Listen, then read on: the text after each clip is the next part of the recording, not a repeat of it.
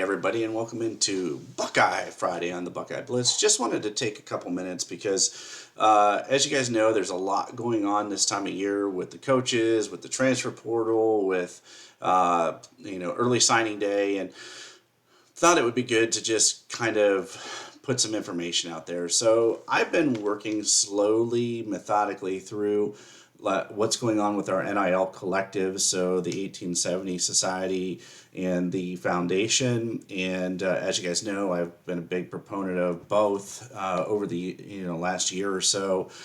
And so I thought that it would be good for me to talk through a few things. And I know that not everybody can donate, and I know that some people don't want to donate, and I understand that too. Because I've heard some people saying, well, I don't see any results, we're not signing anybody, etc. And I would like to kind of go back to one of the things that Ryan Day had said when all of this first started, was that it was going to take about 13 million, give or take, just to keep their current roster. So if you think about that's a chunk of your NIL money to keep your current roster happy and players happy. So right there, a large sum of money is going to players that are already playing and involved in making plays for Ohio State. The second is, there's some really cool things that can happen with NIL, but this wasn't how NIL was intended. NIL was intended for the kid whose jersey, I'm going to use Marvin Harrison Jr., is hanging in the team shop, and the team shop's making all that money off of his name and his likeness with his name on his jersey, but he's not seeing any of it. What has become NIL is not the way it was originally intended. It's gone off the rails, and it's driving me a little bit crazy.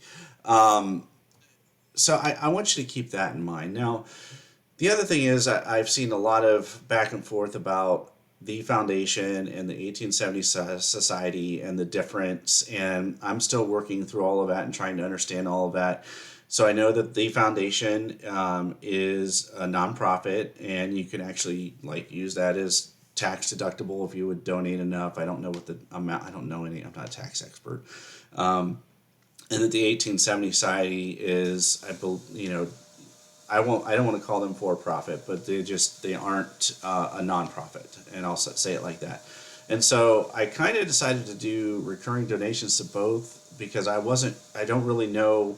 I don't have a good handle on what's doing what, and so I do understand after some direct messages and talking to both parties that they're both endorsed by the university. They're both trying to work with student athletes. They're both working through the growing pains of this process, but it sounds like the 1870 Society they're doing a lot of sports, but their main focus is football. And I think it sounds like the foundation is doing football and basketball. And so, I'm a big sports person. I like to watch all of it. My son plays basketball, enjoys basketball. As far as the fandom goes and the hysteria and the craziness, it's typically football. For myself, I pay a lot of attention to college football. Not a big NFL guy anymore, and I want the Browns to do well and that kind of stuff. But sticking on task, I'm making this video to try to help people understand what Ohio State is trying to do, and then why maybe they don't do some of the things that you want them to do. So I see a lot of frustration around them not doing things in the portal, or maybe missing out on a high-profile recruit with NIL dollars, and at least my understanding of the approach, and this is just my understanding, attack me if you want, is they're taking care of the guys that are making plays now. And I realize you have to have a pipeline. There's going to be some kids that, the true freshmen that come in that are amazing, and that, you've got to take care of them too. But the way that I see them currently operating is that they're taking care of the kids that are on the field now, making plays, and then they have so much set aside for X. And I tweeted about this a while back that I really wish that everybody was rowing in the same direction. And I'm not trying to steal the Minnesota coaches like, row your boat thing, but I, from my perspective, 1,000 foot view from the outside, it's bothersome to me that I feel like it's a little disjointed between the collectives and the university and the athletic director, Gene Smith. So, in order to be successful, any great organization has to be, like, this is our focus, this is what we're going to do, this is the path forward, this is how we're going to accomplish that. And if you think about Apple, that's a good example. So the mission and vision needs to be the same. And right now, I don't feel like that's the case between the university and the NIL collective. So I'm going to break this down. So, and I've talked about this before, but the university has a lot of sports that do not generate any revenue to keep them in the black. Basketball and football, and to some extent, some others kind of do, but football is their main revenue generator. So the money and the donations that come into the university, Gene has to distribute that so that I'll just pick the tennis team. My son plays tennis, so I love tennis. Can travel, so they have money to travel to go compete and do the things that they do. And we had Ohio State has one of the larger amounts of additional sports beyond football, basketball, baseball, soccer, tennis that you'll see in the Big Ten. And so Gene's got to take that money and distribute it. And then you're going to have big mega donors that want to donate to a specific sport and not football or not basketball. So I'll use golf. Maybe Jack Nicklaus only wants to donate to golf, and so he gives it to the university and not the NIL collectives. And so I know Gene has kind of sort of gotten behind the collectives and made some announcements and said, hey, this is our premier one, and so on and so forth. However, I still don't feel like it's succinct. I really don't. It feels very disjointed to me. And so they're asking the fans, us, to donate to the collectives and some of the business. So there's areas for businesses to donate and so on and so forth. And I think that does help. I think we can make a difference. I've said all along, if they could get, for instance, 100,000 fans all across the globe to donate $10 a month, that's $1 million a month, $12 million a year. And there's a lot of Buckeye fans in the world. So, and I know not everybody can donate. I get it. It was just an example. So don't scream at me in the comments about it. But what really I believe needs to happen is whoever they bring in as an athletic director needs to take a hard look at how they're going to do this going forward, because the university can't take the money that gets donated directly to them and use it for NIL. They're not allowed to do that. So they can't pay the players. It has to be done through the collectives as like an LLC essentially. And so if you have a mega donor and that donates every year to the university, they use it for tax purposes, they like their name being in the program, they like their brick on the path, around Mirror Lake or whatever it is, or their name on the wall.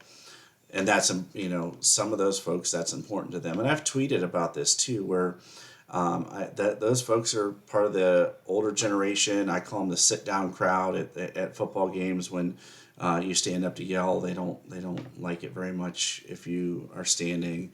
And so there has to be some communication and understanding of what NIL is, the changing landscape of college football, and ask from the AD to say, hey, you can still get your name in the program as a platinum donor at $200,000, and you every year you donate $500,000. We'll take $300 of that and donate it to the NIL collective. give us the 200, and you still get your name in the program. You're still a platinum donor. But there has to be some sort of agreement between the university and the NIL collectives and work together to pull all of that into one big thing. I've even suggested, have a giant banquet with your top 1,000 donors between compare the books between the university and the NIL collectives and say, let's get our top 1,000 people in here. Let's have a bullet point presentation of this is this, and we need 13 million for our current roster to bring in the new players out of the transfer portal. We need 6 million, and for the recruits we need 4 million, or whatever, or 6 for the whatever. You pick your numbers. It's just an example, and spell out exactly what they need every year and how they're going to get it, how they're going to reach that goal, and maybe even have like some sort of thing like the Salvation Army does of how much money you need to reach your goal, like a counter. And I think that would go a long way to helping not only your top donors, but then make a video and cascade that out to the fans. And that would help too. I think about a lot of different things that they can do. So one of the suggestions I made last year was, hey, why not have QR codes all around the city, or all around the games, the football games, the basketball games, that fans can just scan and, hey, here's $10. And then, whatever, as I say, the minimum is a $10 donation, and then you raffle things off also via donations from businesses locally. Like, one time a year, anybody that gave over $10 at any of the games during the last home game of the year, you win a car from Reichert Motors. And hey, if you donated over $50 at this one, at this game between this time, you win tickets to a suite for a game of the Buckeyes choosing later in the year, or field passes, or an opportunity to go on a private tour with your coach of your choice, Brian Hartline, whatever. There's a lot of things I feel like could be done to drive this forward a little further, but it all has to start with an agreement between the university and the collectives, and then the collectives working together in tandem too a little bit to say, hey, we're trying, if there's a big recruit, I'm going to use LT Overton, and we want him. He's the guy in the portal we have to get. It's going to take $2 million, and the two collectives come together and they say, hey, let's get this kid here. Let's make it happen. These are the things that I have these things, you have these things. Let's put them together and put them on a piece of paper in front of him.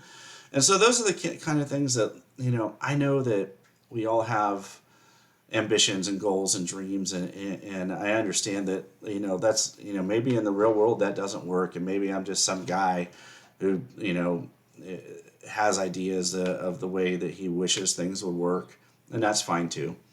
But that's my take on it. It's been on my mind. And I care a lot about the university. I care that, they're successful. I like to see them being in the top 5. I've enjoyed the winning of the last, 25 years that we've had, since the Tressel era started, and I don't really want to see that change as somebody that watched what happened at the end of the Earl Bruce era and a lot of the John Cooper era. Even though Cooper was a great recruiter, Tressel changed the trajectory of Ohio State football, and then Urban made it national, and so the landscape of college football is shifting. So that's going to do it for me today. That's my little bit on NIL. Maybe it makes sense. Maybe it helps you guys. All I would say is, if you feel like donating and you want to do $5 a month on a recurring donation, pick that and do it.